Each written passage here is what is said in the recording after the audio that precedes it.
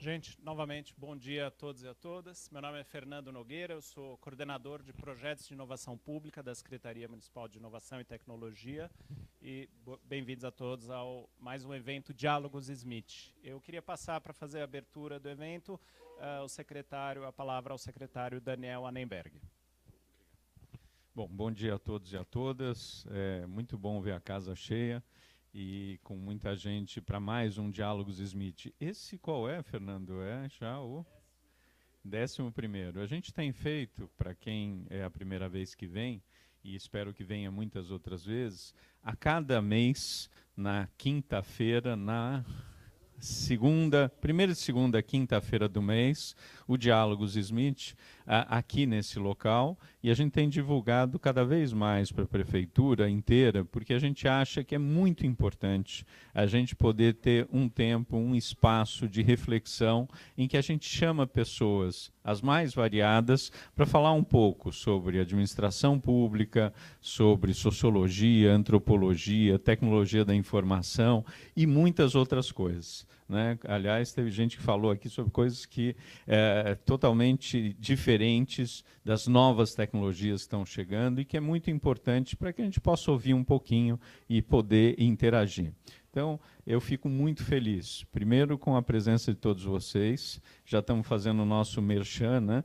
Dizendo as próximas, né? O Fernando que coordena toda a equipe, agradecer muito ao MobLab, que tem cedido esse espaço, que é um espaço de coworking muito importante para a nossa secretaria e para toda a prefeitura, em parceria com a Secretaria de Mobilidade e Transportes, e dizer que fico primeiro muito feliz também, Carolina está aqui, e que fiquei sabendo que foi uma das gestoras, né, do Poder Executivo Federal, depois ela vai falar um pouquinho sobre isso, e eu estava na ENAP em 1993, já faz bastante tempo, e a gente discutia muito essa questão dos gestores públicos no governo federal, depois foi uma discussão, inclusive, que veio para o governo estadual, governo municipal, e a gente precisa tanto desses gestores para que a gente possa ter um poder público, executivo mais eficiente, que funcione. Então, Carolina, muito bem-vinda, muito obrigado de estar aqui e poder falar conosco. E estamos aguardando o Fernando Abrúcio, com quem eu estudei nas Ciências Sociais na USP,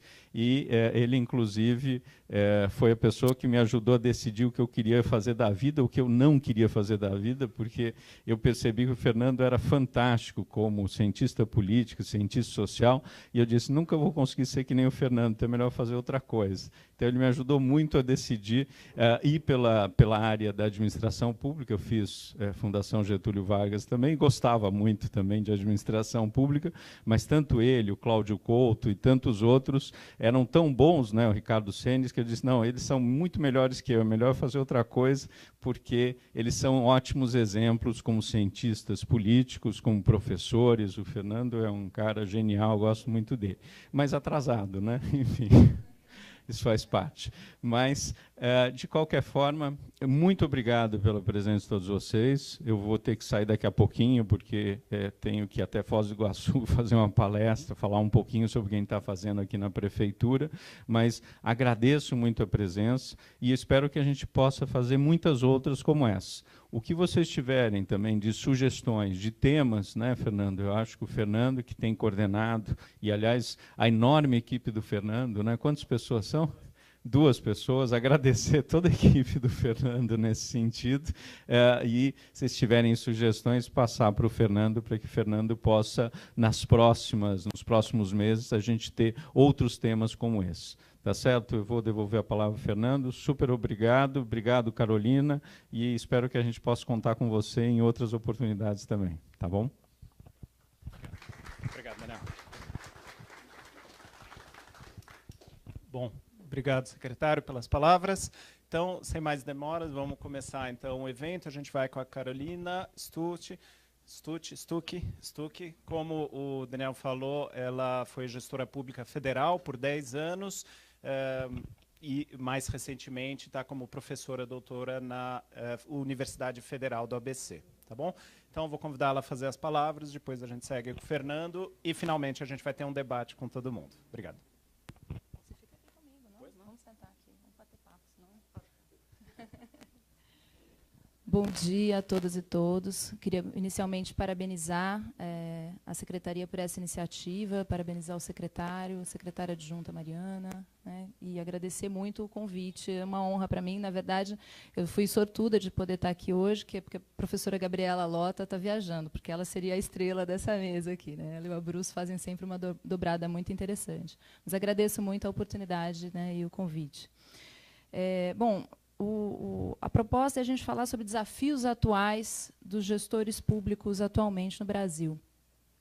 Eu acho que antes de começar a fazer essa reflexão, queria dizer para vocês, eu estou aqui hoje muito para a gente bater um papo mesmo. Assim, acho que mais do que trazer soluções, acho que o Brasil hoje está tão complexo que a gente precisa mais levantar dúvidas, apontar sugestões, fazer observações para a gente pensar ou repensar os nossos caminhos, que não estão nada óbvios.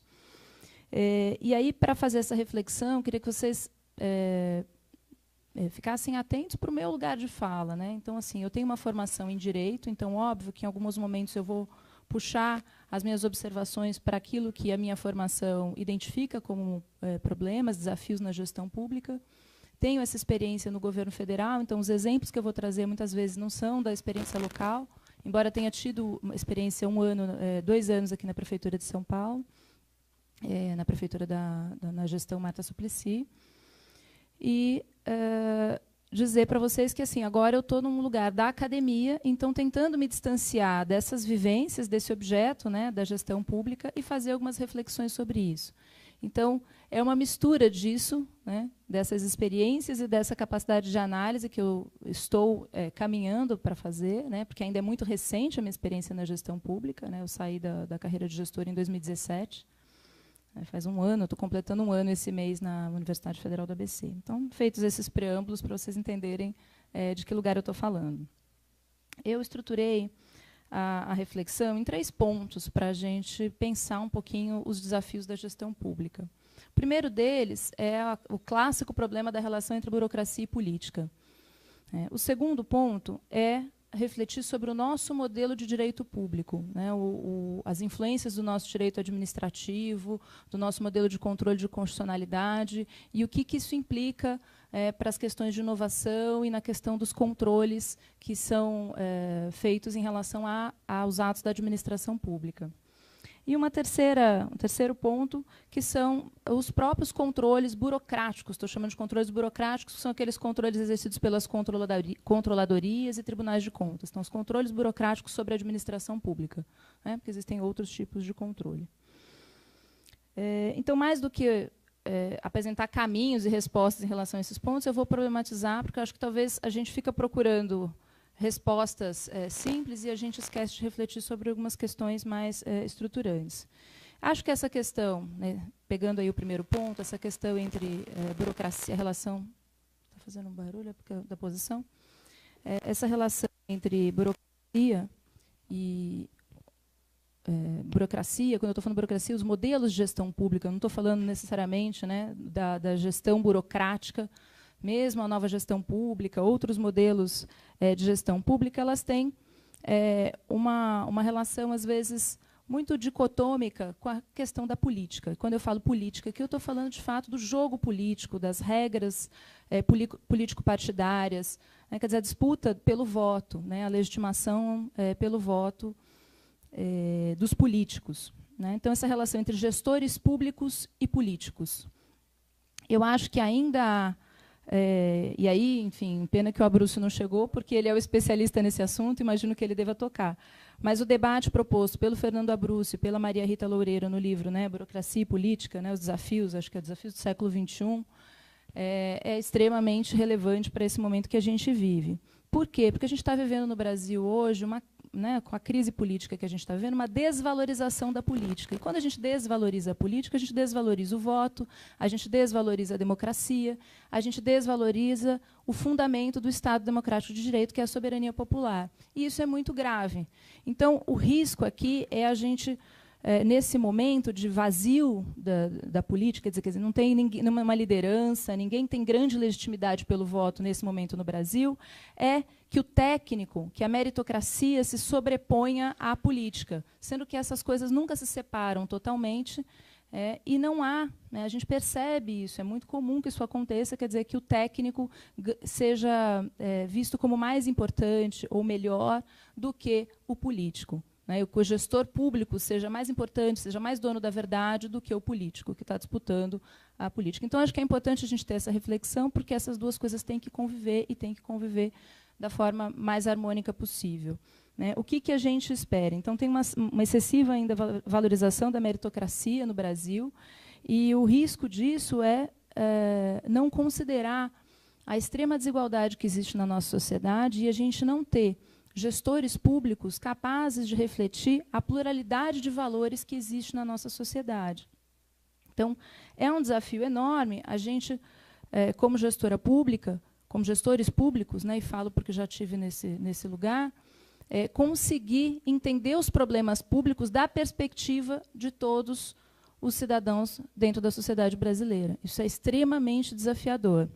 Mas é importante, a política traz, né, a dimensão da disputa política, a disputa pelo voto, ela sempre nos lembra que tem outras visões possíveis para aquele problema, além daquela que a gente é capaz de visualizar. Então, o desafio é como a gestão pública consegue se perceber todos esses valores, toda essa pluralidade que a sociedade possui. Bom dia, professor. Quiser sentar aqui com a gente? Estou aqui começando pelo primeiro ponto da nossa reflexão sobre a relação entre burocracia e política, lembrando que o senhor é o especialista nesse assunto. Mas, então, pensando nisso, acho que é importante a gente retomar os valores e os objetivos do Estado democrático de direito que estão na Constituição Federal, que esse ano comemora 30 anos da sua promulgação. E acho que isso é importante porque acho que a Constituição traz alguns valores mínimos, né, para tentar balizar essa relação entre burocracia e política, entre burocratas e políticos, que são aqueles objetivos de erradicação das desigualdades regionais, e desigualdades sociais, enfim, a série de objetivos e princípios de dignidade da pessoa humana. Enfim, a gente tem ali um conjunto de princípios e objetivos que devem ser o mínimo denominador comum dessa relação. Acho que a gente não pode perder nunca isso da dimensão. E friso isso porque, quando a gente falar do nosso modelo de direito, a gente vai ver que o nosso modelo de direito administrativo, às vezes, esquece esses objetivos e princípios da própria Constituição, porque ele é um direito que tem uma outra origem e tem digamos, um costume de aplicação baseado ainda em legislações pré-constitucionais. E aí eu queria falar um pouquinho sobre a inovação. Então, pensando nessa relação entre política e burocracia, a gente pode pensar na inovação aparecendo em dois âmbitos. A gente pode pensar na inovação que aparece nos programas de governo, então aparece na própria disputa política, e a gente tem alguns exemplos, né? Um exemplo clássico é o do orçamento participativo, que vem de um programa político partidário e que traz uma inovação para a gestão pública, mas a gente também tem a possibilidade dessa inovação surgir dentro da própria administração. Mas ela sempre vai ter uma relação com a política, porque ou o político ele coloca aquilo como uma plataforma mesmo de governo, né, um governo eleito democraticamente, ele pode pautar a questão da gestão pública, pode ser uma das plataformas de governo dele, ou ele vai estimular, né, ter alguma coisa internamente, ou ele pode simplesmente permitir, né, não deixar com que a gestão pública siga e algumas iniciativas apareçam, ou ele pode inibir inovações na gestão, a depender do tipo de programa de governo. Então, isso não é neutro também para essa possibilidade dos burocratas produzirem inovação dentro da gestão. E é bem importante, né, então, retomando aquela fala do início, no momento de crise política, que a gestão não se aproprie do lugar da política, né, que tem a legitimidade do voto popular. Até porque a responsabilização do político é uma responsabilização diferente dos gestores públicos, né. Ele tem, além desse controle burocrático tal que os gestores têm, ele tem a responsabilização em relação ao voto, né? Esse controle que a população faz periodicamente através do voto. Bom, segundo ponto, então, que eu queria frisar para vocês é o modelo de direito público que nós temos no Brasil. A gente tem um direito administrativo de influência francesa, Só que, no nosso caso, a gente não tem uma coisa chamada jurisdição administrativa. Na França, eles têm, além do judiciário, um conselho de Estado que julga as questões referentes ao Estado, à administração pública. No Brasil, a gente copiou uma série de conceitos do direito administrativo francês, só que não tem essa jurisdição administrativa, o que faz com que lá o princípio da legalidade acaba sendo baseado, quer dizer, a administração só pode fazer aquilo que está autorizado pela lei e conforme a lei, quer dizer, conforme, não só autorizado, mas também na forma da lei, uma legalidade em dois aspectos aí. Lá, isso é construído por uma jurisprudência administrativa, ou seja, tem uma certa variação a partir da realidade. A jurisprudência tem a ver com... Quer dizer, eu tenho um problema, esse problema é levado ao Conselho de Estado, e o Conselho de Estado, então, vai gerando uma jurisprudência. No Brasil, esse princípio da legalidade, como a gente não tem jurisdição administrativa, eu preciso que isso esteja, de fato, prescrito previamente num instrumento normativo, seja numa lei, num decreto. Então, olha o desafio para um processo de inovação que esse formato do nosso direito administrativo faz. Quer dizer, eu tenho uma ideia inovadora, eu preciso, às vezes, testar, experimentar, calibrar, e o direito precisa que essa regra autorizativa esteja previamente expressa na lei. Então, isso traz aí uma complicação. E também a gente tem um modelo de controle. Não, desculpa, antes disso, ainda em relação ao princípio da legalidade, não, era isso. E outra coisa que a gente tem no nosso direito é o nosso modelo de controle de constitucionalidade. Aí a gente tem Rogério Arantes, Cláudio Couto falando sobre a nossa Constituição, enfim, acho que Rogério Arantes e Cláudio Couto são os principais aí, estudiosos dessa área, principalmente Rogério Arantes, falando da judicialização da política no Brasil. A gente tem um modelo de controle de constitucionalidade misto, que combina o controle difuso da Constituição com controle concentrado. O que é isso? A gente tem tanto aquelas ações diretas, que agora está todo mundo especialista em Supremo Tribunal Federal, está mais fácil falar sobre isso. Aquelas ações diretas que vão diretamente à nossa Suprema Corte, entre aspas, o nosso Supremo Tribunal Federal, para controlar a constitucionalidade das leis. E o número de legitimados a propor essas ações no Brasil acho que é o maior do mundo.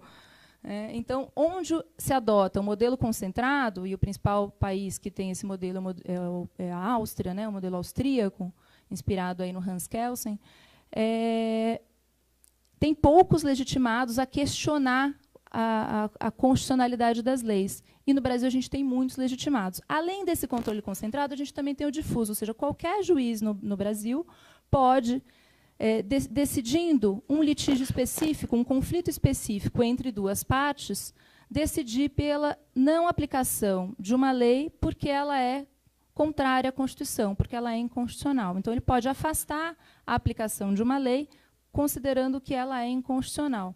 Ora, isso faz com que a gente tenha na sociedade inúmeros atores, com o que se chama aí nas políticas públicas, com um poder de veto. Quer dizer, o número de controles. Então, além de você querer inovar, ter que prever anteriormente em uma lei aquele ato que você quer imprimir de inovação, você colocou ele na lei, você ainda tem inúmeros atores que podem questionar aquela lei, seja diretamente ao Supremo Tribunal Federal, no caso de leis municipais, isso seria ao Tribunal de Justiça, é um pouquinho diferente aí o trâmite, mas só para a gente ter ideia, podiam questionar diretamente a lei, ou podem, e os partidos políticos são um ator legitimado, então aí tem governador de Estado, enfim, inúmeros atores políticos que podem questionar essa lei, e além do questionamento no caso de conflitos específicos, que podem ir para qualquer juiz comum, da primeira instância, suspender a aplicação daquela lei.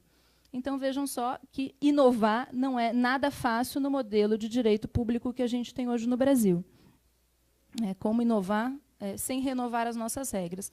E aí eu tenho lido muito dois autores que estão escrevendo sobre Direito e Políticas Públicas, que é a Maria Paula Dallari Bucci e o professor Diogo Coutinho, são dois professores da Faculdade de Direito da USP, que têm procurado refletir sobre esse novo papel do direito na gestão pública, nas políticas públicas, observando aí a partir do Bobbio, principalmente, que a gente trabalha hoje com muitas regras de organização, de atribuição de competência, de definição de metas e objetivos, regras que criam instrumentos de ação para as políticas públicas, regras que organizam a participação social.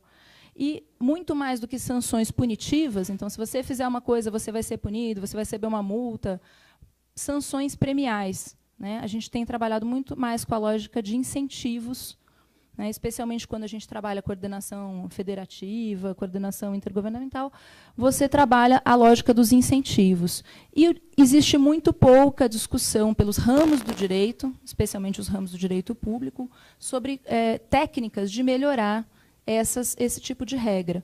Então, o professor Diogo Coutinho diz que, especialmente nesse papel que o direito tem, de ser uma caixa de ferramentas, de ser uma tecnologia para a gestão pública, né, o direito aí ele pode atrapalhar, atravancar. Quem nunca aqui teve um problema com uma área jurídica?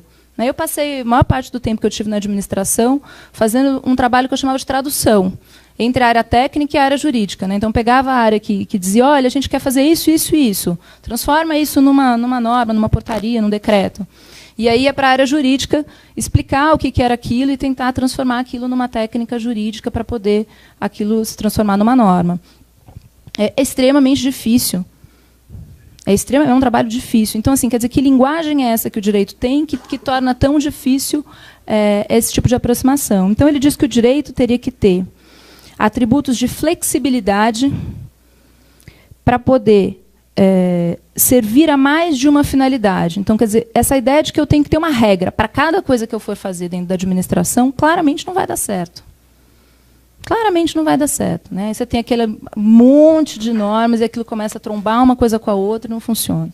Então, quer dizer, como é que a gente pensa uma técnica para o direito que eu penso uma norma que é flexível e que pode servir a mais de uma situação? Para eu não ter uma proliferação gigante de normas. E o outro atributo é o da revisibilidade. Especialmente para a inovação, isso é essencial, que é a característica de poder conter em seu próprio corpo jurídico mecanismos de ajuste e adaptação. Né? Permitir o que ele chama de calibragem e autocorreção operacional. Quer dizer, se eu tenho uma regra, mas eu já prevejo, ou de repente uma instância que pode revisar aquilo periodicamente, ou que determinadas condições fazem com que aquela regra possa adotar um outro caminho. Enfim, são técnicas que o direito pode ter, mas que ele está muito longe, hoje, de conseguir alcançar essa condição. Então, eu imagino que essas características do direito, para servir como tecnologia, são importantes. Então, nesse sentido, o desafio da forma como o nosso direito público hoje está constituído e da forma como ele é interpretado, porque eu imagino que a gente não precisaria de grandes reformas para interpretá-lo de outra forma. Né? Basta a gente pensar essas técnicas, inclusive de normas infralegais, como é que elas podem se ajustar. O terceiro ponto são os controles, né, que eu vou tratar aqui, são reflexão sobre os controles burocráticos da administração pública, né, especialmente as controladorias e os tribunais de conta. É um consenso hoje que a vida de um gestor público é tomada, se não na sua maioria do tempo, numa parte considerável do seu tempo, para responder, conviver com auditorias e responder questionamentos desses órgãos de controle. Acho que há o Estado brasileiro, e acho que falo Estado brasileiro porque eu não sei se isso foi intencional ou se foi por acaso, acabou criando um empoderamento das áreas de controle em detrimento das áreas de gestão, seja pelas carreiras públicas que se estruturaram nas áreas de controle, que são carreiras muito fortes, muito bem estruturadas, com altos salários, às vezes salários mais altos do que os das áreas da gestão, o que acaba criando um poder muito maior de interferir. E acaba que, às vezes, enquanto a gestão está pensando o seu indicador, está pensando a sua meta, está se organizando, inclusive porque a gestão precisa ouvir essa pluralidade da sociedade, o tempo da gestão formular esses indicadores, essas metas e fazer o seu bom planejamento, às vezes é um tempo diferente do tempo do burocrata do controle, né? Porque vamos esquecer que a atividade de controle também é uma atividade administrativa. Então, é um outro gestor público também, é uma burocracia que também, às vezes, se esquece dessa relação com a política, que quem está nas áreas finalísticas ou até nas áreas de planejamento, orçamento, acaba tendo um outro tempo de maturação das suas ideias. Então, acho que há essa desproporção. Dizendo isso, eu queria contar para vocês, tendo isso como pressuposto, eu queria contar para vocês um pouco a experiência que eu tive, tanto com controle quanto com inovação, né, que são, curiosamente, experiências que aconteceram casadas. Quando fui diretora na Secretaria de Assistência Social, de 2011 a 2015, assim que eu fui nomeada, em 2011, entrou uma auditoria do Tribunal de Contas da União, querendo que a gente tinha um passivo gigante. Eu trabalhava com certificação de entidades beneficentes da assistência social, que é aquele certificado de filantropia, né, que alguns conhecem, para ter imunidade de cota patronal do INSS. E tinha um acúmulo de mais de 8 mil processos que não eram julgados há mais de 4 anos, enfim, era um mega problema, um mega cartório, e isso era de competência do Conselho Nacional de Assistência Social e passou a ser competência dessa diretoria recém-criada, que eu tinha sido nomeada. Então, dia zero, na diretoria, tinha 8 mil processos atrasados. O que a lei dizia? A lei dizia que os processos tinham que ser julgados em 180 dias. Só que, claro, se o primeiro processo chegasse naquele dia, não se no dia zero eu tivesse 8 mil processos. Mas é óbvio que a auditoria ignorou isso e seguiu fazendo aí uma série de procedimentos. O que aconteceu? Acho que, provocada pela auditoria, a gente se mobilizou, a equipe se mobilizou a ter que criar uma solução inovadora ali para resolver aquele problema. Bom, em paralelo, em 2013, tive um outro processo, que foi o processo de contas. Eu prometo que vou fechar aqui rapidinho. Em 2013, um processo de contas. No processo de contas, não sei quão familiarizados vocês são com as auditorias e os processos regulares de prestação de contas dos tribunais, ele faz uma fotografia do ano, né, e te avalia pela fotografia daquele ano. Então, em 2013, eu tive minhas contas julgadas regulares com ressalva. E aí, não foi o Ministério inteiro, não foi a Secretaria inteira, foi o meu CPF. Porque quando a gente faz o relatório de gestão, a gente faz como órgão, né? E você escreve seu pedacinho, cada um escreve seu pedacinho, alguém compõe aquele relatório, manda para as contas. Né? Só que na hora da responsabilização, é o CPF individual. E quando fui responsabilizada, já não estava mais na secretaria. E aí teve uma série de equívocos. Não tive direito de defesa, não fui notificada, todos os erros que vocês puderem imaginar. Mas o final foi feliz porque eu consegui reverter isso, embora a ressalva não gere nenhuma outra consequência como multa, tal, e todo mundo falava assim, não precisa recorrer não, bobagem. Bobagem, foi bobagem porque não é no seu CPF. Porque eu tenho uma história na administração pública e sei. E qual que era a irregularidade apontada? Não cumpriu os 180 dias previsto na lei. Eu não estava julgando dentro dos 180 dias. Quer dizer, e todos os atos preparatórios, porque não bastava eu pegar um processo e tentar melhorar a minha média. Vou pegar, sei lá, 1000 processos e vou julgar para tentar melhorar a minha média de tempo. Não, eu queria resolver o problema estrutural, que era como eu venço esse passivo de 8 mil pessoas e entro em rotina para poder conseguir os 180 dias. E planejar isso e organizar isso dentro da secretaria, conseguir pessoal, uma série de coisas, foi muito difícil. Bom, resumo da história é que, com a auditoria, aquela auditoria específica, eu fui conseguindo poder de subir no escalão do Ministério e, junto a outros ministérios, conseguir pessoal, conseguir recursos, estruturar melhor a área, conseguir um sistema, né? Então, investir em tecnologia, automatizar uma parte do processo. Mas foi com uma consultoria externa, que a gente teve a possibilidade, contratada pelo Ministério do Planejamento, que a gente conseguiu trabalhar com a equipe o mapeamento do processo, simular todos os tempos que o processo tinha em cada fase, cronômetro mesmo, com todas as pessoas, entrevistar todas as pessoas que manuseavam aquele processo, que tinham algum tipo de decisão dentro daquele processo, e conseguir mapear todos os gargalos e intervir em cada um desses gargalos. Mas numa perspectiva de que aquele servidor, que aquele gestor que operava aquele processo, visse como aquela ação dele impactava o usuário final, que eram as organizações. Ao eles entenderem como se dava isso, essa relação mudou completamente. E uma área que tinha uma avaliação dentro da secretaria de que ninguém queria trabalhar, passou a ser uma área onde as pessoas gostavam de trabalhar. Isso é uma coisa incrível. Então, uma valorização da equipe, visualizando o cidadão, né, e o cliente, né, essa ideia do cliente por trás do processo. E foi uma coisa que só aconteceu por conta de uma auditoria específica. Então, mas a mesma questão fez com que eu tivesse uma ressalva e um processo super tenso com o Tribunal de Contas da União. Essa experiência nossa foi premiada no último concurso de inovação de gestão da ENAP, no 21º concurso, né? Então, é uma experiência que está disponível lá no site da ENAP.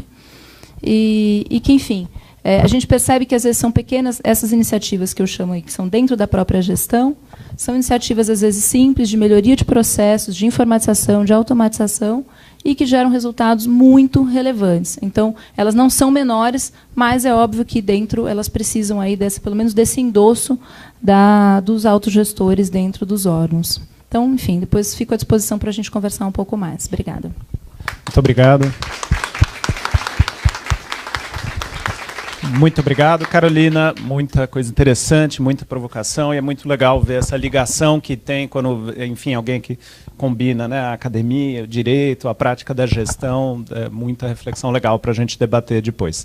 Agora eu queria passar então a palavra para o Fernando Abrúcio, professor da FGV, que veio conversar com a gente também um pouco sobre os desafios do gestor público aqui hoje em dia. Posso falar? Claro. Professor. Bom, bom dia a todos. Eu vou falar de pé, professor tem manias, né? Todas as profissões têm manias. Uma delas é gostar de ouvir a própria voz. Controla meu tempo, Fê. Então, precisamos saber nossos defeitos e qualidades. Bom, queria primeiro agradecer ao Fernando e ao Dani pelo convite. Prazer estar aqui com vocês. É sempre bom discutir a gestão pública com quem está com a mão na massa. E a pergunta que me foi colocada pelo Fernando foi sobre inovação. E inovação não existe sem saber o que existe no momento. Ou seja, a inovação não é solta no éter, né? Inovação tem a ver com uma situação, uma tradição, uma trajetória de um modelo de gestão, pode ser na área pública ou na área privada. Eu começo dizendo isso porque há uma tendência muito forte, não é só na gestão pública, é mais forte ainda até na gestão privada, de achar que inovação é algo que é esteticamente mais bonito do que havia antes, né? Uma coisa assim que parece nova, que muda tudo, etc. Ou aquilo que o Mark e Olsen, dois autores americanos, chamaram de soluções em busca de problemas. Você tem uma solução linda, bonita, você precisa achar os problemas. Então você vai lá, a solução vai atrás dos problemas. Eu prefiro problemas em busca de soluções. Então, assim, para falar de inovação na gestão pública brasileira, a gente tem que entender minimamente de que maneira funciona e, a partir disso, buscar inovações. Então, eu vou falar aqui de 4 pontos da gestão pública brasileira: recursos humanos, modelo organizacional, políticas públicas e accountability democrática. Tentar mostrar muito rapidamente, o tempo é curto, cada um dá quase um curso, né? Falar muito rapidamente sobre alguns problemas e pensar soluções. E no final eu tento fazer, digamos, uma conclusão mostrando quais são os obstáculos, desafios para fazer inovação nesses setores. Então, vou começar com recursos humanos, né? Qual é a tradição histórica do Brasil na área de recursos humanos na gestão pública? A tradição histórica é de um amplo oceano de clientelismo e algumas ilhas de meritocracia, né? Se nós fôssemos pegar uma imagem náutica. Quer dizer, tem uma tradição histórica patrimonialista no Estado brasileiro, que vem desde a colônia e que tem uma força enorme, que, na verdade, o cargo público pertencia a grupos privados. Há várias maneiras de fazer isso. Na Inglaterra do século XIX, eles vendiam os cargos até 1864. Então, vendia, estava no jornal, assim. Estou vendendo meu cargo, tal. Aí fizeram uma reforma em 1864 para mudar esse negócio. No Brasil, a gente vendeu escravos, pessoas. É pior do que vender cargos. Então, portanto, não fiquem preocupados com os ingleses. Mas nós tínhamos uma forma de patrimonialismo que tinha a ver, na verdade, com uma extensão do poder político dentro do Estado e do poder político de uma forma privada. Isso, a partir da década de 30, principalmente a partir do DASP, foi sendo combatido no Estado brasileiro. Nós fomos criando algumas ilhas de meritocracia, né? Na área militar, talvez tenha sido a primeira área, reforma da Escola do Realengo, semana de aula na Escola Superior de Guerra, e estava contando para eles nem lembravam disso. Essa Escola do Realengo foi a primeira grande reforma burocrática no país. Depois do Itamaraty, reforma em 1920, Maurício Nabuco. Vai ter uma série de reformas na década de 30 no DASP, a área jurídica entra nesse processo, e várias áreas, aos poucos, vão se tornando ilhas meritocráticas. O fato é que a Constituição de 88, que é a grande novidade democrática do Brasil, disse que qualquer cargo público efetivo deve ser preenchido por concurso público. Isso é uma grande inovação no Estado brasileiro. Isso fez com que essas ilhas crescessem um pouco mais, mas isso não quer dizer que nós ainda não tenhamos uma parte do Estado brasileiro baseado mais no patrimonialismo do que no princípio de mérito da seleção. Então, assim, a primeira inovação é antiga, essa é a piada. Ou seja, a primeira inovação é tentar resolver ainda uma parte do patrimonialismo que há no Estado brasileiro. Então, acho que essa é uma primeira questão que nós temos que começar a pensar, que envolve particularmente a relação entre política e burocracia no Brasil. Não se trata apenas de fazer as contas de quantos cargos em comissão há no Estado brasileiro, mas a forma de preenchimento desses cargos em comissão.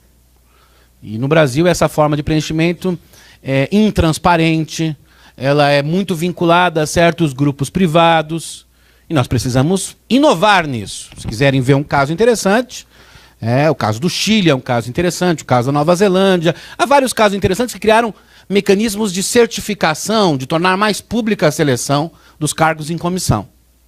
Você pega o caso inglês, o caso britânico, o governo britânico tem cerca de 700 cargos em comissão.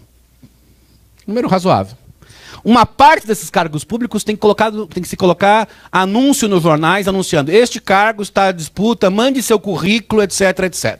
Imagina no Brasil, colocando na Folha de São Paulo, este cargo aqui, não vou citar nomes, é complicado, em algum órgão público, não imagino isso. Mas nós temos que começar a fazer inovações na forma de seleção dos cargos em comissão, torná-los mais públicos, transparentes, porque é isso que vai dar uma clareza sobre o que deve ser e o que não deve ser cargos em comissão. Uma parte tem de ser, é em todo o país, são dirigentes públicos. Eles respondem não só a um concurso, eles respondem à população diante de um programa de governo aprovado pelas urnas.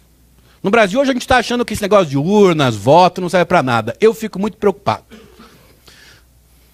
Continuo achando, como disse há alguns meses o ministro Marco Aurélio no Supremo, que a pior ditadura é dos não eleitos. Então vamos com calma nessa história, mas nós temos que melhorar esse processo. Aqui há espaços para inovação.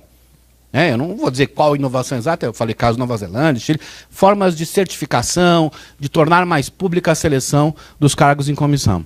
Além disso, embora nós tenhamos tornado o concurso público uma peça-chave na forma de provimento dos cargos do Estado brasileiro, os concursos são muito ruins. Eles não selecionam o que a sociedade quer. É isso que é a noção de concurso. Eu sou assessor da Fundação Carlos Chagas há mais de 20 anos em concursos, e é muito triste ver aquilo. Não, é claro que é melhor ter concursos do que não ter concursos. Mas o fato é que os concursos não selecionam as pessoas com o perfil necessário para fazer as políticas do Estado brasileiro. Nós temos que pensar nisso. O mundo inteiro está mudando o processo de seleção. E nós continuamos a achar que o concurso é uma forma de show do milhão. Ou seja, vocês jogaram show do milhão? Também tem... Eu gosto do escrito no avião, assim, sobre o trovão internacional, igual aquele Quem Quer Ser Milionário, acho aquilo divertidíssimo. Isso é uma inutilidade para o cidadão. Dá dinheiro para certos grupos privados. O Brasil é um país dos cartórios. Todas as áreas têm o seu cartóriozinho. Tem os concursos, cursinhos, não sei o quê. Isso é um horror para o país. O país precisa selecionar gente competente que saiba responder àquela política pública, que tenha perfil. Em quase todos os países que fizeram reforma da década de 80 para cá, os processos de seleção passam por entrevistas dinâmicas de grupo. No Brasil, em geral, o próprio Poder Judiciário, data vênia, máxima vênia, atrapalha isso. Embora ele próprio o faça, que é uma coisa sensacional. Então, assim, nós temos um enorme problema de selecionar as pessoas corretas para os cargos certos. Nós temos que mudar o processo de seleção no mundo. Eu estava outro dia conversando com o pessoal do Ministério que seria mais ou menos o Ministério do Planejamento e Gestão no Brasil, da Suécia. E na Suécia, os processos de seleção são completamente descentralizados por órgãos. E lá o processo de seleção é mandar o currículo, as pessoas têm currículo, fazem o currículo, eles selecionam uma parte daqueles currículos e fazem entrevistas e dinâmicas de grupo. Só. Mais nada. Porque é preciso saber o perfil daquela pessoa para aquilo que vai ser feito, se é o correto.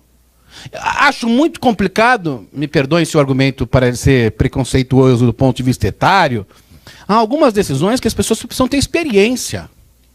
Me desculpe, não pode ser uma pessoa que passou no concurso porque tinha mais tempo para estudar o Show do Milhão e não tem nenhuma experiência. Isso é desastroso.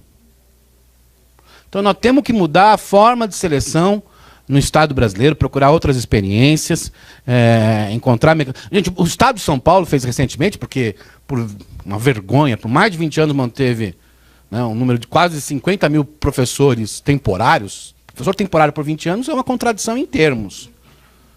Aí faz um concurso que para preencher 50 mil vagas, tinha mais de 50 mil candidatos, porque também tinha os não temporários, obrigatoriamente devem concorrer, podem concorrer. E nós passamos 50 mil professores que não deram nenhuma aula. Quando eu conto isso, eu trabalho com educação. No Brasil a gente fez um concurso que nenhuma aula, mas eles vão fazer qual atividade? Eles vão dar aula.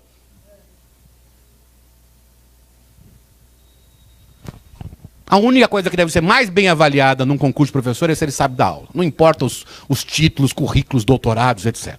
Se ele não souber dar aula... E em São Paulo é muito importante. Você pega o Estado de São Paulo, você tem uma parte dos professores que deixa a carreira, Fernando, por conta de não aguentar a sala de aula. Que não é fácil. Mas talvez não tivesse preparado para aquilo mesmo. Então, assim, acho que a gente tem que mudar o processo de seleção. Terceiro, não só mudar o processo de seleção, mas mudar a ideia de carreira no setor público. Quer dizer, a ideia de carreira no setor público, primeiro, supõe uma missão. Desculpem dizer essa coisa antiga, quase um padre, mas, assim, quem quer trabalhar no setor público tem que saber que a ideia de propósito é fundamental para trabalhar no setor público.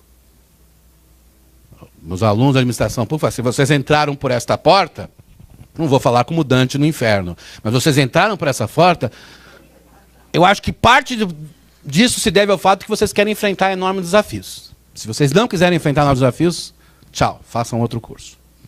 É a vida.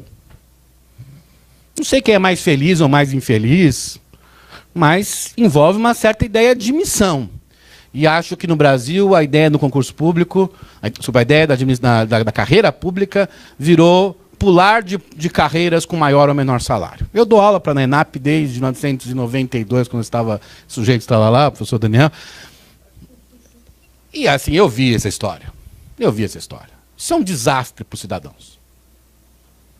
Segundo, a ideia de carreira supõe, sem dúvida alguma, uma estabilidade funcional importante. Isso ocorre em todos os países democráticos. Não conheço A gente não pode ter o efeito Maluf. O efeito Maluf era aquela história. Cada vez que o Maluf ganhava, 100 mil pessoas saíam. Então não podemos ter o efeito Maluf.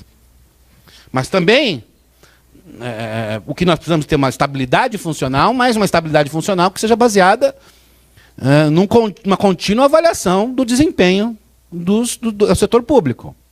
Das pessoas, dos órgãos. Há coisas em que pessoas...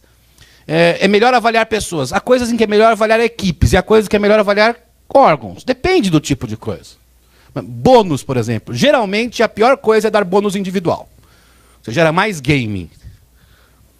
Bônus, geralmente, é melhor você fazer de forma por equipe organizacional. Isso a literatura, os estudos mostram isso. Mas tem outras coisas que têm possibilidade de avaliação individual, tendo ou não algum tipo de princípio de incentivos. No Estado brasileiro, ninguém avalia ninguém seriamente. Vamos ser honestos. Perdão, assim, logo de manhã, falando essas coisas, mas vamos ser honestos. Ninguém avalia ninguém. E, no fundo, quando avalia, ou faz para prejudicar um grupo aqui e acolá, há inimigos na vida, é terrível isso, ou faz para inventar essas histórias de bônus, etc., que ninguém tem a menor ideia qual o significado daquilo na política pública. Mas é bonito, é soluções em busca de problemas. Então, nós temos que mudar o sistema de modo a que a gente possa avaliar o desempenho para criar estímulos para que as pessoas melhorem seu desempenho e para, obviamente, premiar os melhores, levar aquilo que é fundamental aos cidadãos. Então, os sistemas de avaliação de desempenho, o CDE tem vários relatórios sobre isso, tem crescido no mundo todo. No Brasil, não existe isso. Nós precisamos fazer isso. Os cidadãos precisam saber qual é, ao fim e ao cabo, a qualidade da gestão pública que eles que pagam. Precisamos fazer isso honestamente. Vejam, quando a gente fala em avaliação, as pessoas pensam sempre num mecanismo a partir do qual a avaliação é uma forma de punir as pessoas. Não, nem sempre. A avaliação, acima de tudo, ela não é nem para punir nem para premiar, é para conhecer o desempenho. Esse é o primeiro princípio. Você precisa saber o que está acontecendo. A administração pública brasileira não sabe o que está acontecendo. É muito pior. Então nós temos que ter essa marca, porque se nós tivermos maior conhecimento do que efetivamente ocorre, dos resultados da administração pública, poderemos melhorar mais. Alguns podem ser mais premiados, outros, se continuamente tem mau desempenho, etc., alguma coisa tem que ser feita em relação a isso. Mas nós não sabemos minimamente quais são os resultados da administração pública brasileira. E isso passa por um sistema de recursos humanos novo, diferente. Acho que parte de inovação no Estado brasileiro tem que ir para o sistema de recursos humanos. Se nós não mudarmos os princípios que guiam isso, a administração pública não irá bem. Segundo, organizações. O modelo organizacional brasileiro, tradicionalmente na história, era um modelo, digamos, muito centralizador, tem a ver também com a nossa história do Estado brasileiro. Um modelo que, digamos, de organizações muito engessadas, né, muito homogêneas. O direito administrativo no Brasil é muito homogeneizador. Você dá a mesma regra para todas as coisas. E elas são muito diferentes, né? Se pensar do ponto de vista do federalismo, um município Borá, no interior de São Paulo, que tem 800 e poucos habitantes, tem a mesma categoria jurídica que São Paulo, que tem 12 milhões de habitantes. Isto é impensável. Se você for à Alemanha, aos Estados Unidos, outros países federativos que têm muitos governos locais importantes, eles riem da gente. Não dá para você julgar Borá pela mesma régua de São Paulo e vice-versa. No Brasil, isso a gente faz para o conjunto das organizações. Houve uma tentativa no Decreto-Lei 200, com Hélio Beltrão, de flexibilizar isso. Mas a flexibilização teve resultados também muito ruins naquela época. Na verdade, gerou descontrole completo. E nós caminhamos recentemente para uma forma muito homogeneizada de organizações. E a primeira coisa que eu tenho que dizer a você é assim, nós temos que ter organizações adaptadas ao seu ambiente. Se nós não fizermos isso, nós não vamos responder os problemas da administração pública brasileira. Nos mais diversos níveis, desde nível de governo, como eu citei agora há pouco, a pensar organizações nas diversas áreas de políticas públicas. Um dos grandes instrumentos da homogeneização do Estado brasileiro é o Ministério Público, que Deus o tenha. Por quê? No Rio de Janeiro, lá, a secretária Cláudia Constim me contava que eles cismaram que as creches, olha só, Carol, que legal, tinham que ter um certo formato. E se não tivesse aquele formato, não podiam funcionar. Sabe onde geralmente a classe média coloca? E esse formato é um formato, na verdade, do concreto, dos andares. Classe média no Brasil coloca filho naquilo que ela chama de escolinha. Isso não existe no sistema educacional brasileiro. Tem creche, educação infantil, mas chama de escolinha. Classe média é bonita no Brasil tudo isso. E que você coloca um lugar que tem árvores, por exemplo. Casas. Se você colocar crianças em casas, em alguns lugares do Brasil, no Ministério Público você está piorando o ensino daquelas crianças. Esse raciocínio não tem o menor sentido. Mas é fruto dessa forma de homogeneização das organizações. Nós temos que flexibilizar, ter um pluralismo institucional maior das organizações no Brasil.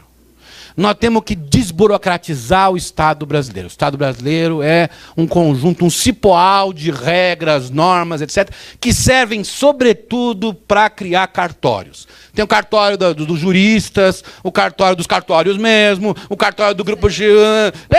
tudo isso, um monte de cartório. Nós temos que desburocratizar, simplificar a organização do Estado brasileiro. O cidadão não aguenta esse Estado. E aí tem que procurar inovações nesse sentido. Inovações têm a ver com tecnologia da informação, inovações têm a ver com direito administrativo. Nós temos que fazer isso urgentemente.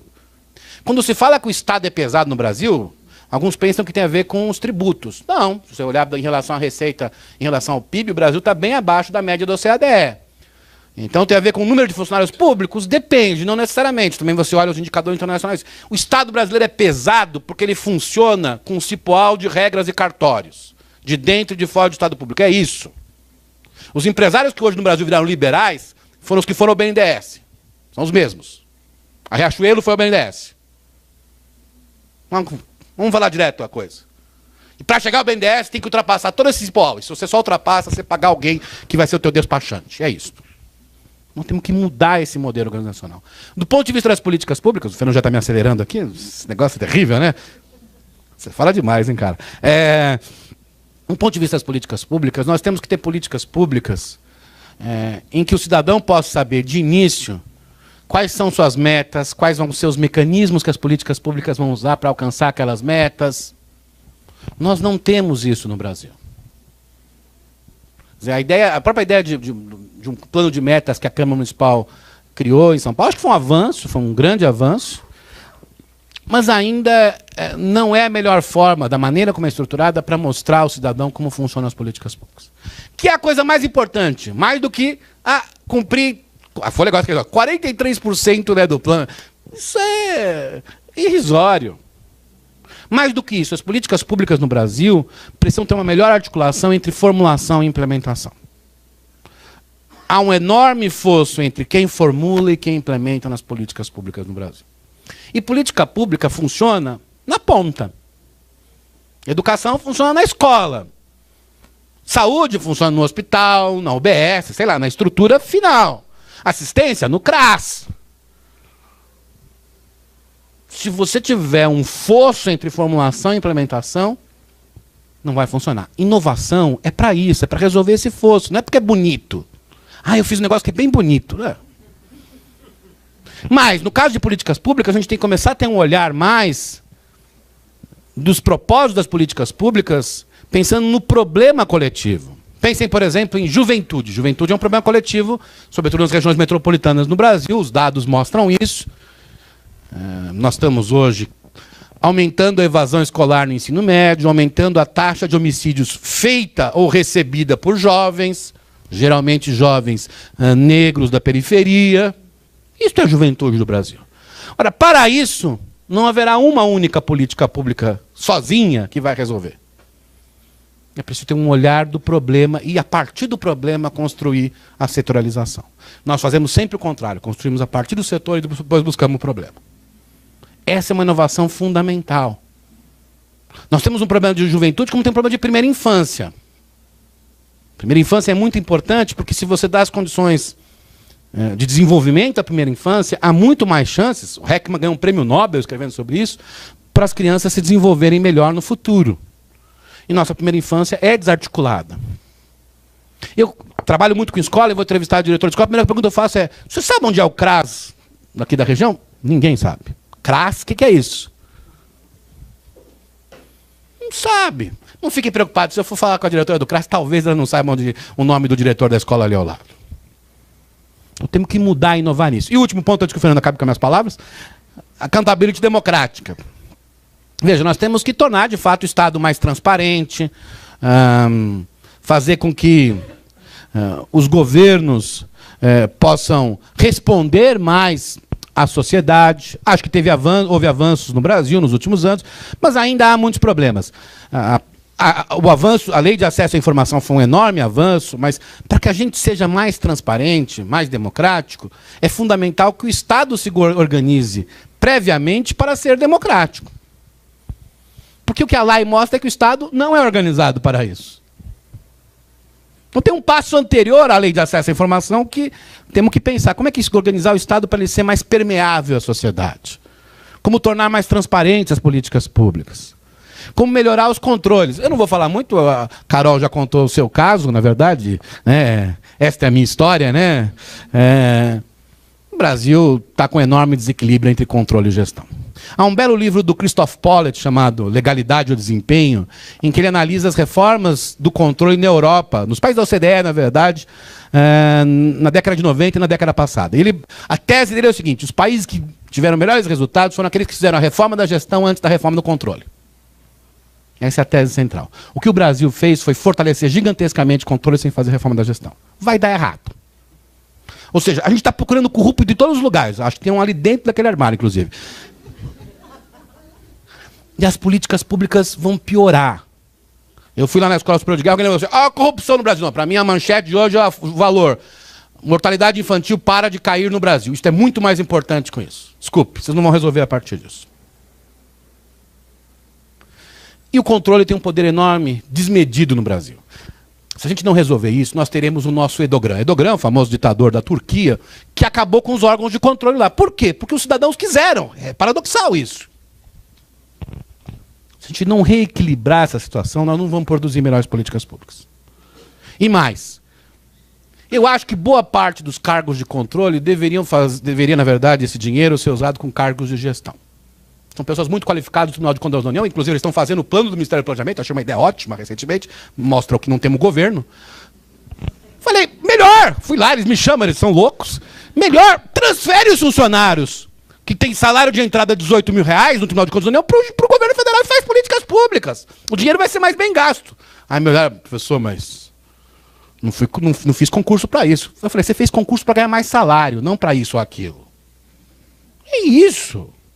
Então nós temos que reequilibrar isso, porque se o Brasil, termina aqui, não produzir melhores políticas públicas nos próximos anos, o Estado não será accountable aos cidadãos. E se não for, Bolsonaro é o de menos. Pior é o bolsonarismo, eu sempre digo. É a cultura de que, dado que não está funcionando pela ordem democrática, vamos fazer tudo à força. E aí o controle vai para as cucuias. Ou esse pessoal se conscientiza disso, nós estamos perdidos. Termino dizendo que, portanto, inovação na gestão pública é atacar os problemas que existem. Poderia fazer uma lista maior, mas o tempo não deixa. Porque não é inovação ao léu, é atacar os problemas que existem. Temos que procurar soluções para isso. O fato é que as condições atuais são muito difíceis, porque só haverá a inovação, né, na gestão pública brasileira se houver lideranças políticas que pensem a gestão pública brasileira. E eu sinto informar que não há muitas no país.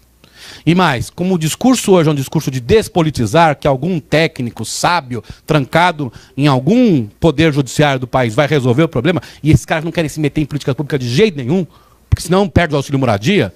Assim, com esse tipo de solução, nós não vamos melhorar políticas públicas. Se dá uma bolsa de 3 meses para os promotores para morarem no Complexo do Alemão, para entender o que significa isso, depois mais 3 meses para fazer política para o Complexo do Alemão, talvez eles mudem. Então nós temos que pensar que inovação vai exigir políticos que pensem melhoria na gestão pública que responda à sociedade. Isso depende do voto e não dos não eleitos. Infelizmente o Brasil está achando que os não eleitos vão salvar o país. Eu não acho que os não eleitos vão salvar o país. Inovação virá da sociedade. Obrigado, pessoal.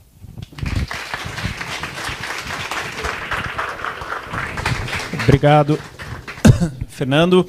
E agora, então, a gente vai começar o debate. Eu vou começar com uma pergunta e depois a gente vai circular um microfone. Acho que o Felipe vai pegar ali. Isso, peraí. Obrigado.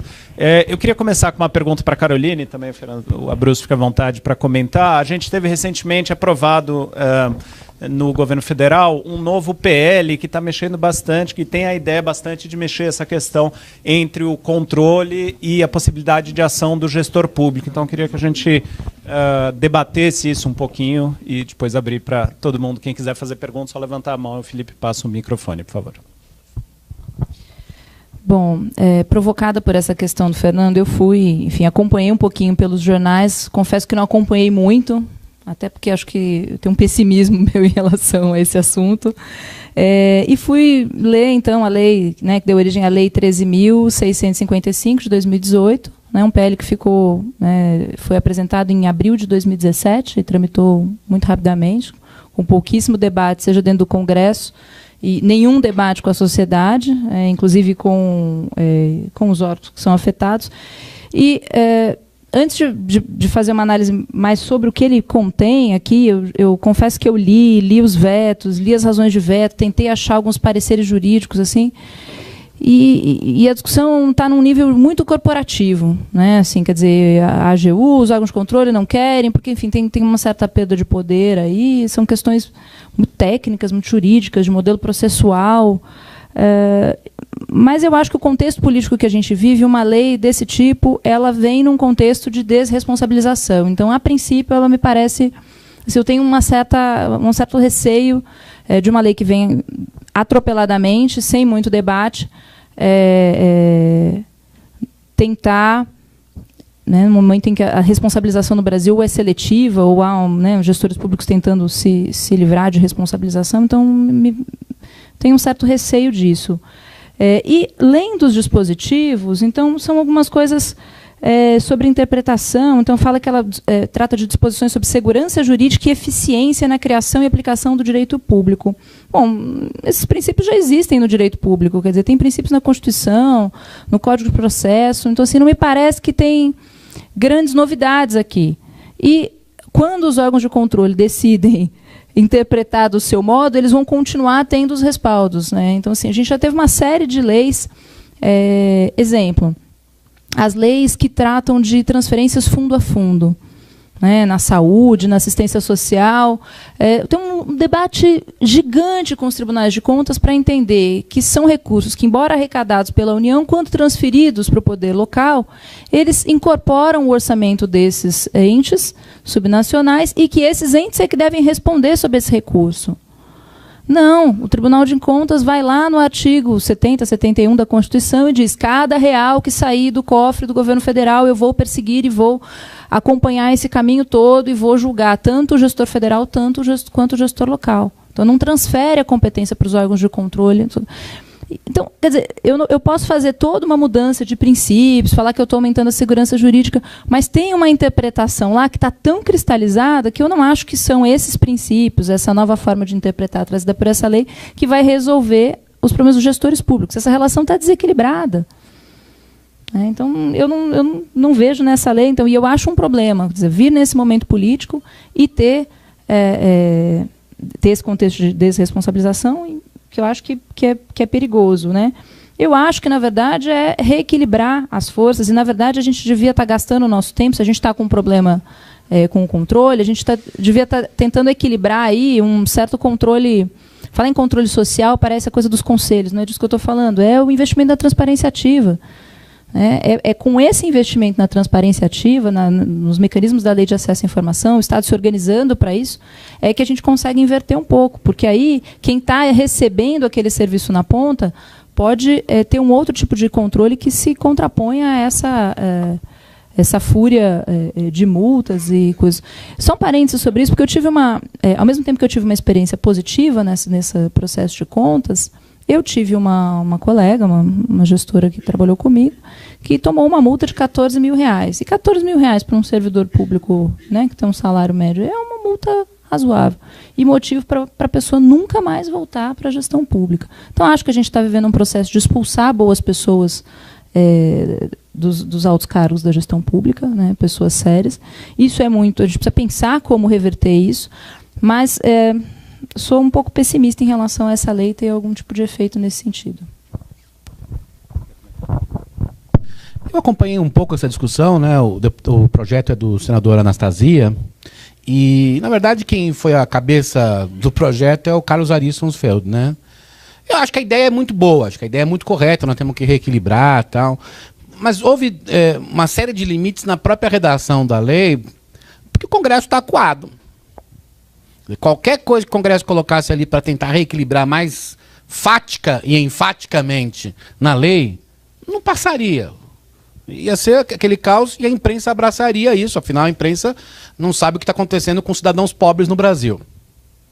Tem um pouco isso. Então, assim, a lei foi muito amarrada pelo contexto político. Eu tenho menos, Carol, da desresponsabilização, mas do amarramento. Eles se amarraram. Ficaram numa situação muito complicada. Mas tem um contexto político também aí, outro contexto político importante dessa lei. Ela foi aprovada, na verdade, para dar mais liberdade para a interpretação dos tribunais superiores. Foi isso. Acho que esse é o ponto central. E o controle sabe disso. O controle sabe que alguns artigos que tinham sido escritos pelo Carlos Ari e pelo Anastasia foram tirados com medo de ser uma nova lei da mordaça, digamos assim, é isso que eles estavam falando. Veja, os controles estabelecem metas para os controlados. Isso não faz sentido nenhum em nenhum país democrático. Na União Soviética, na Coreia do Norte, faz. País democrático, não. Só para lembrar, era um artigo que estava e tiraram. Tiraram porque sabem que se colocar isso, falar assim, mas este artigo vai permitir que a Suprema Corte flexibilize o controle. É isso que eles estão... Esse é o acordo político. Sei até quais são os atores, até dois de lá que têm brigado ultimamente em público, na TV do Supremo, E eles aceitaram essa lei e dizem já que vão interpretar para flexibilizar. Não acho que é o melhor caminho. O melhor caminho era explicitar na lei. Minha opinião é muito clara. Mas o Brasil está achando que o nosso problema é que tem muito bandido atrás das cadeiras que vocês estão sentados. Então é difícil, é muito difícil. Mas por que o controle vai fazer uma DIN contra essa lei? Uma não, talvez duas. Vão fazer. E vão perder. Essa é a história política. Ou seja, nós vamos flexibilizar, de alguma forma, por interpretação dos tribunais superiores. Não acho que é a melhor forma da democracia, honestamente. O Supremo já está com poder demais, na minha opinião. Mas é o resultado político, maquiavelicamente falando, esse é o resultado político prático. Quando nós deveríamos caminhar para uma coisa mais explícita. Talvez a interpretação do Supremo leve uma coisa mais explícita. Eu acho que é isso que vai acontecer. E por isso que lá em Brasília, se você conversar com o pessoal do controle, eles estão loucos da vida com essa lei. Obrigado. Acho que podemos abrir, então, agora quem tiver pergunta para fazer. Por favor, só levantar a mão e o Felipe passa ali com o microfone. Quem gostaria de se aquecer? Por favor. Aqui, Felipe. Se quiser falar o nome e onde trabalha aqui. Meu nome é Farid, eu estou lá na Prodan. E o senhor ganhou o meu voto. Eu gostaria de saber quando é que o senhor se candidata. Eu não concorro nem a síndico. Por isso que eu falo o que eu falo. Mas a minha pergunta é isso. O senhor demonstrou aí uma maestria, um domínio de toda essa análise. Minha formação é história, né? E a gente tem visto a extrema dificuldade em mudar esse país. O Brasil muda, mas muda muito lentamente, né? Esse compasso da questão da gestão pública, realmente é um desafio que a gente vê aí. O senhor aponta várias saídas, mas por que essas saídas eventualmente não são implementadas, né? Qual é a grande dificuldade? Se existem cabeças pensantes, se existe uma intelectualidade aí desenvolvendo, pensando os problemas e pensando a solução para esses problemas, por que essas soluções não caminham? Eu acho que algumas soluções caminham, né? O Brasil é melhor hoje do que há 30 anos. Eu começo pelo positivo. Se você olhar, pegar o IPEA Data, os indicadores sociais do Brasil, de 88 para cá, vou lembrar para vocês, 1980, censo 1980, 40% das crianças de 7 a 14 anos estavam fora da escola. Censo escolar de 2017, que é relativo a 2016, 3% das crianças de 7 a 14 anos estão fora da escola. Isso era o Brasil. As pessoas assim, não lembram que era o Brasil. A mortalidade infantil hoje está na casa dos 11, os últimos dados. Pega 1980, na casa dos 60, quase 70, na verdade. Isso era o Brasil. Então, houve mudanças. Mas no Brasil, as mudanças envolvem lidar com uma sociedade que tem um peso muito grande, uma série de cartórios e grupos privados. E lutar contra eles significa que a mudança é paulatina mesmo no Brasil, é incremental. O adornamento do Brasil tem sido lento mesmo. Como acelerar, eu não tenho a resposta completa para isso, mas o que eu posso dizer para ti é que é preciso pelo menos polemizar e problematizar essas questões. E ter os diagnósticos certos. Eu acho que o Brasil tem errado nos últimos 2, 3 anos, porque está com os diagnósticos errados. Não é o prognóstico que está errado, é o diagnóstico. Se você erra no diagnóstico, não há prognóstico que salva. Não há medida que salva. Então, o nosso diagnóstico, quando a Carol comentou o caso dessa lei, nosso diagnóstico é o seguinte: nós temos uma classe política completamente colocada sobre a parede, em boa parte com razão, posso estar enganado, né? Ou seja, se defenderam por muito tempo com seus privilégios e estão lá na parede. Você tem um fortalecimento enorme de grupos não eleitos querendo governar o país, mas não se responsabilizar pelo país. Eles são os mais irresponsáveis pelo país, no sentido claro da palavra responsabilidade, eles não se responsabilizam. E diante disso, há uma dificuldade de mudar, porque, repito, vai ser muito difícil mudar o cerne do funcionamento do Estado se não houver gente eleita capaz de ter ideias e transformar a gestão pública. E nesse momento nós não temos isso.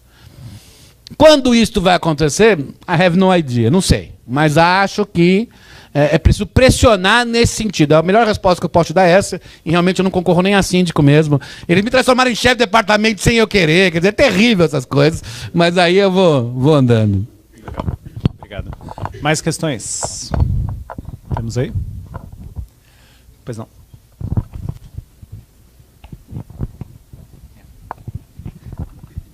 Bom dia, meu nome é Tácito, eu sou funcionário da SPTrans. Minha pergunta para o Fernando, você falou sobre a Constituição de 88, como sendo importante para criar uma certa excelência por conta dos concursos públicos, etc. Mas, ao mesmo tempo, essa mesma Constituição foi responsável, digamos assim, por alçar os municípios brasileiros a uma condição de ente federado, né? E também nós vimos, desde então, uma espécie de farra de criação de municípios pelo Brasil inteiro. Né? Muitos municípios por aí não têm, muitas vezes, condição de sustentar a própria Câmara Municipal. Né? Vivem, não têm condições econômicas e financeiras nenhuma. Mesmo aqui na região metropolitana, a gente tem 39 municípios, acho que 12 estava de bom tamanho, assim, porque realmente é uma quantidade muito grande digamos, prefeituras e câmaras sendo criadas. Né? Eu queria que você falasse um pouco sobre essa questão. Veja, tem um lado positivo desse processo que você falou. Qual é o lado positivo? O Brasil é um país muito centralizado.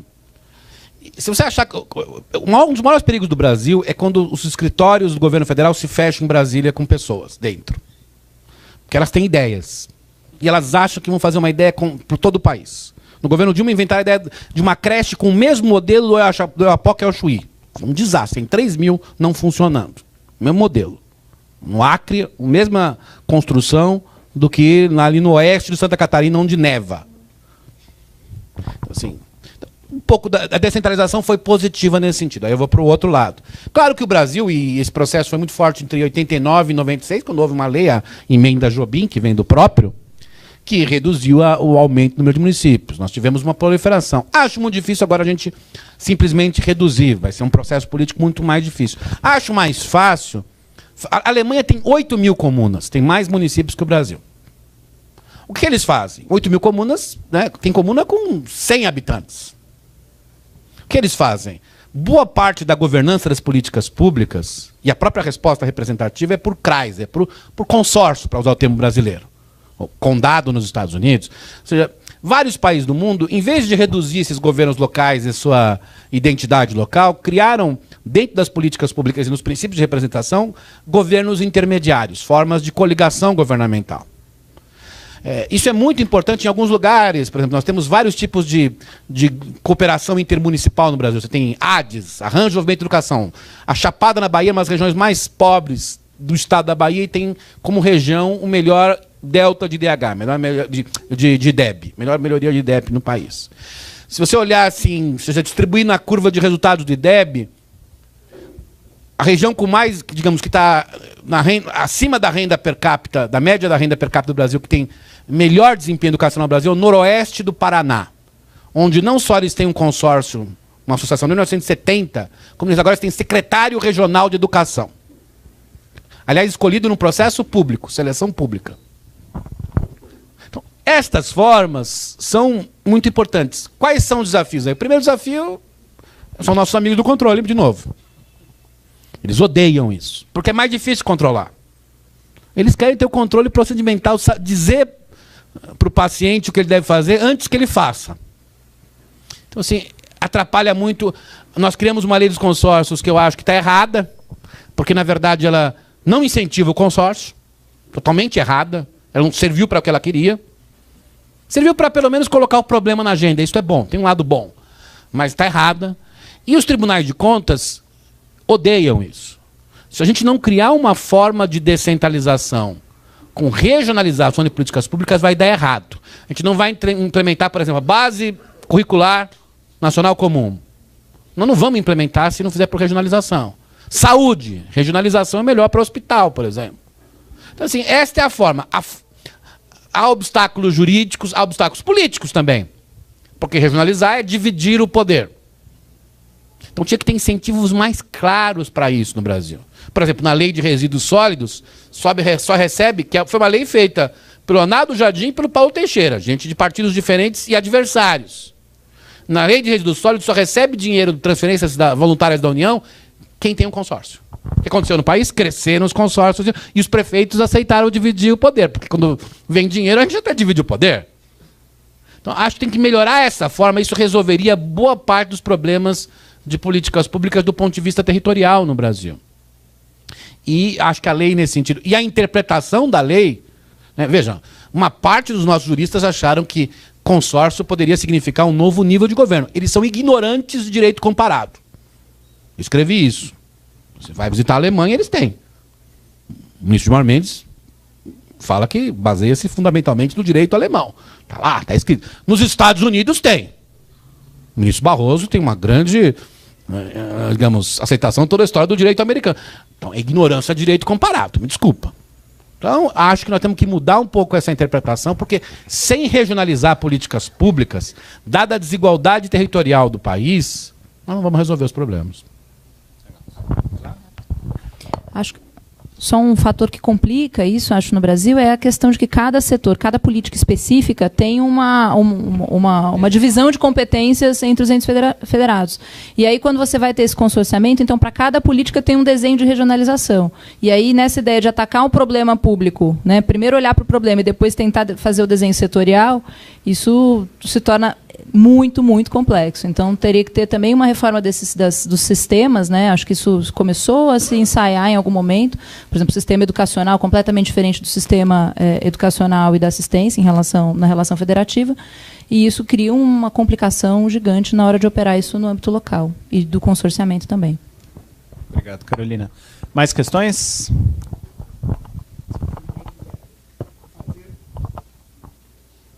Eu queria perguntar para a Carolina, que você tinha falado que acho que no modelo francês... Oi? Fábio da Secretaria de Inovação. Que no modelo francês você tem uma interpretação do direito administrativo a partir da jurisprudência, com base na realidade, na evolução da realidade. Queria saber se nessa nova lei que o Fernando fez a primeira provocação, e eu li enquanto leigo em direito, mas se ela não é um avanço nesse sentido de forçar os órgãos de controle a fazer um pouco de olhar para a realidade, ver quais são as alternativas possíveis que levaram o gestor público a tomar aquela decisão, aí por aquele caminho. Isso não seria um avanço na criação de uma análise de jurisprudência, ou pelo menos de reality check das ações dos gestores públicos? Boa pergunta, Fábio. Eu não acho que lei transforma a realidade.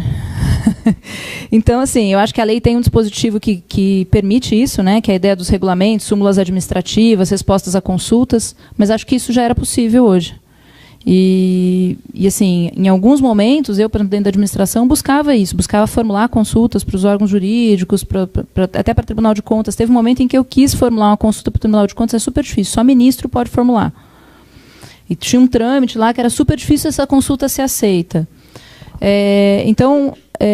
E o parecer do jurídico, para ser vinculante, o ministro precisa aprovar. Isso estou falando do âmbito do governo federal, imagino que cada um tem uma regra. Então, quer dizer, a possibilidade dessa vinculação, dessa organização de entendimento dentro da administração, nos seus vários formatos, súmulas, enfim, ela já era possível. Então, eu acho que a lei vem dar luz para isso, quer dizer, chamar a atenção para essa possibilidade e tal, mas eu não sei se ela consegue mudar a realidade, os costumes, as práticas dentro da administração. Obrigado. Mais questões? Temos aí mais alguns minutinhos para aproveitar o debate. Opa, perdão. Bom dia, meu nome é José, sou da área da saúde. E eu sou formado em gestão pública pela Uninove.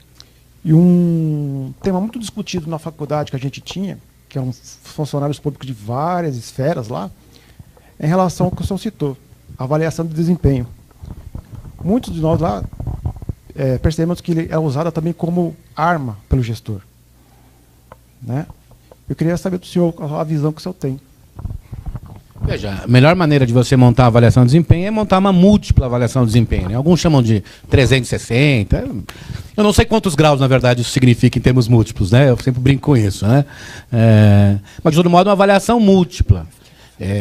E essa avaliação múltipla, de fato, há muito pouco no Brasil. Se por um lado, como você diz, pode gerar alguma perseguição, não avaliação é pior ainda. Né? Então, nós temos que criar avaliações múltiplas. Pega o estágio probatório no Brasil. O estágio probatório é aquilo que um grande pensador brasileiro, que adorava brigar com nossos advogados, chamado Oliveira Viana, chamado de ficção jurídica. É uma ficção jurídica. Ninguém acredita. A gente acha que tem lá, talvez, algum junto com Harry Potter, alguma coisa lá que signifique, digamos, estágio probatório, mas não existe. E estágio probatório é um mecanismo fundamental de avaliação, no sentido de avaliação múltipla. Grande parte dos professores deixam de ser professores no Brasil, o turnover é brutal, os dados do censo são assustadores, porque não tiveram estágio probatório que dissesse... Imagina, professor no Brasil, assim, cai na sala de aula. É diferente da profissão médica no Brasil, porque a profissão médica, do ponto de vista da carreira pública, tem uma transição que é a residência médica. Ou seja, você cria uma transição de profissionalidade. Nas carreiras jurídicas, na magistratura, você exige um certo número de anos de exercício da advocacia. Pode ser pouco, a gente pode melhorar, tudo bem, mas tem. Na educação, nada. Você acabou a faculdade, fez um concurso, decorou o show do milhão, você vira professor. O estágio probatório não é só um mecanismo para dizer se depois de 3 anos ele deve ficar ou não como funcionário efetivo do Estado brasileiro. Mas prepará-lo para exercer uma atividade que, tal como uma atividade médica, grande parte do sucesso dela depende de prática. Não tem como. Eu estudei lá os meus manuais de anatomia, meus manuais de dermatologia, meus manuais de... Se não tiver prática, não vai funcionar. A residência transforma o médico em profissional. Na educação não tem isso. Na assistência, menos ainda. A assistência é um desastre. Porque são também pessoas que fizeram serviço social, cujo curso, no fundo, diz que a assistência social talvez não seja importante, porque o Estado capitalista, obviamente, vai explorar todo mundo e aquilo é apenas um esparadrapo. Aí você entra por um concurso público e você vai ter que, com a ideologia de que o capitalismo, para o capitalismo, na verdade, esse esparadrapo não serve para nada, e você vai ter que resolver problemas de pessoas existentes, realmente existentes. Elas existem. E elas têm um enorme número de carências. O que você vai dizer para elas assim? Leia, estou aqui todo dando um manual de marxismo, leia isso e lute contra o capitalismo. Ela vai morrer antes. Não adianta fazer isso. Não tem nenhum preparo no meio do caminho para que essa profissão, que é extremamente nobre para sociedades democráticas, e mais ainda quando são desiguais, faça uma ponte entre a universidade e a profissão.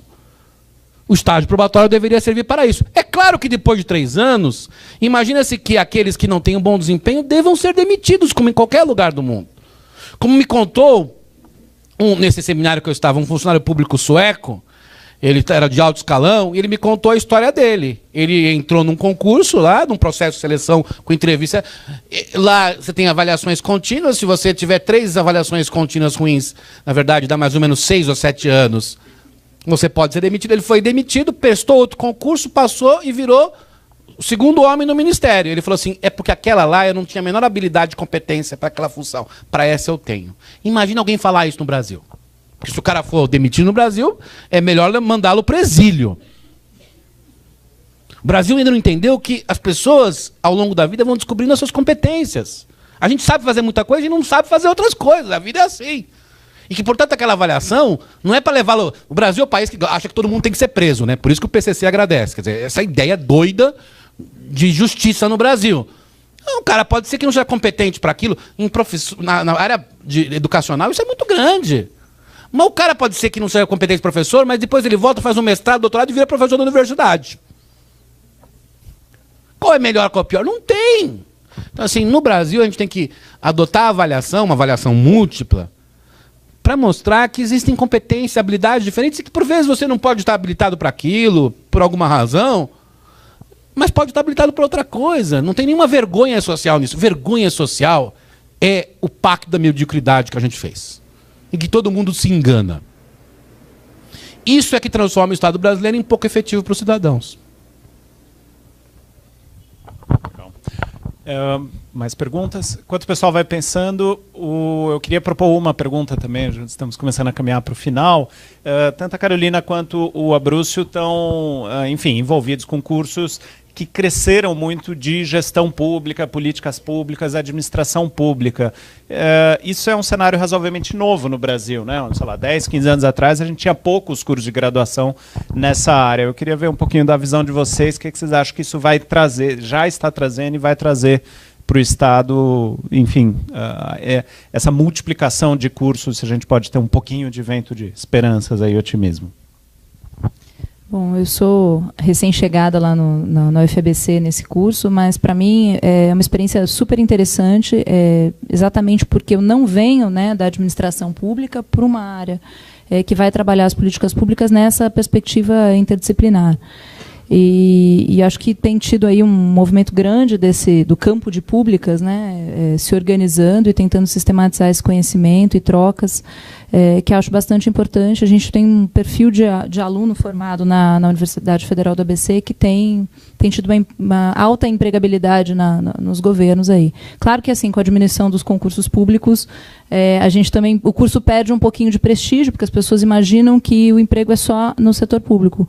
Mas a gente tem visto que quase todas as grandes empresas aí têm suas áreas de policy, aí tem a maior parte das vagas que a gente vê anunciadas hoje em dia tem a ver, inclusive, com organizações, sociedade civil, terceiro setor, e empresas também. Então, eu acho que assim, tem um otimismo grande aí de uma formação interdisciplinar enfim, a gente tem investido muito nas disciplinas de observatório, vivências, mesmo no setor público, que essa geração que se forma nesse curso tenha, de fato, esse contato com os problemas, não só uma formação acadêmica, teórica, mas que tente manter esse olhar para os problemas reais que precisam ser resolvidos. O chamado campo de públicas cresceu muito nos últimos 10 anos, né? Foi criada até uma Associação Nacional de Ensino e Pesquisa no Campo de Públicas, a NEPCP. Eu fui o primeiro presidente da associação. Agora é a menina lá do Rio Grande do Norte, a Lidiane.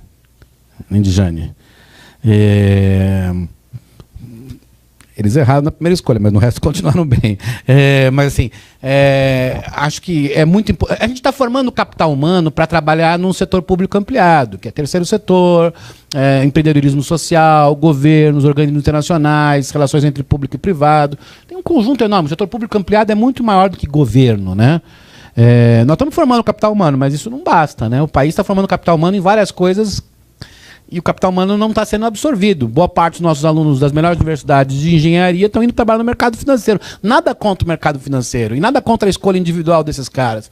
Mas tem a ver um pouco com o restante das coisas. Não só com o mercado de engenharia decaiu enormemente, porque a gente teve a grande ideia de combater a corrupção quebrando um setor econômico.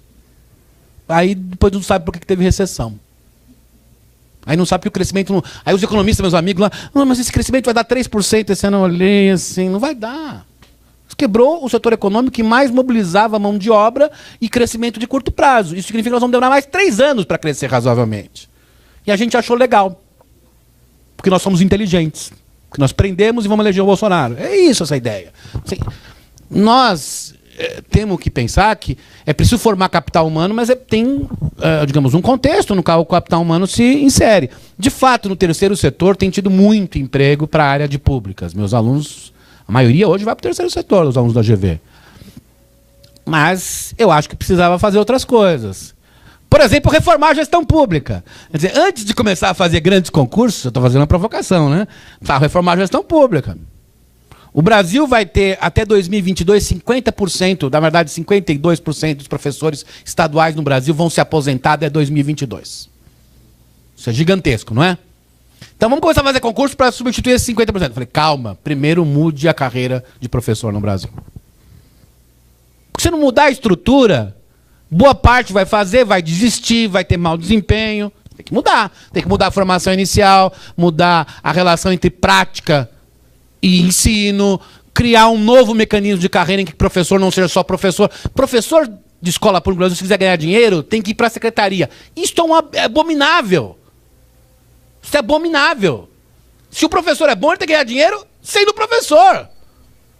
Então, nós temos que primeiro reformar um pouco isso e segurar um pouco. Então, eu acho assim, tem agora um represamento que é mais por questões fiscais e porque eles não sabem o que fazer com o controle. No fundo é isso, as duas coisas. O controle está fazendo o planejamento do Ministério do Planejamento. Sensacional essa ideia. Assim, temos que fazer uma reforma na gestão pública aí num prazo de 2, 3 anos, melhorar algumas condições, e aí abrir novamente processos seletivos de concurso, inclusive mudando o que é a ideia do concurso. Mudando No caso do governo federal, o município é muito diferente. O governo federal, assim, é de fato a ilha da fantasia, é outro mundo. A Carol sabe disso. O governo federal, entrar um menino de 26, 27 anos, como eu dei aula nos últimos anos, com um salário de 14 a 15 mil reais, sem não ter nenhuma experiência sobre o mundo, é assustador. É jogar dinheiro do helicóptero. Me perdoem.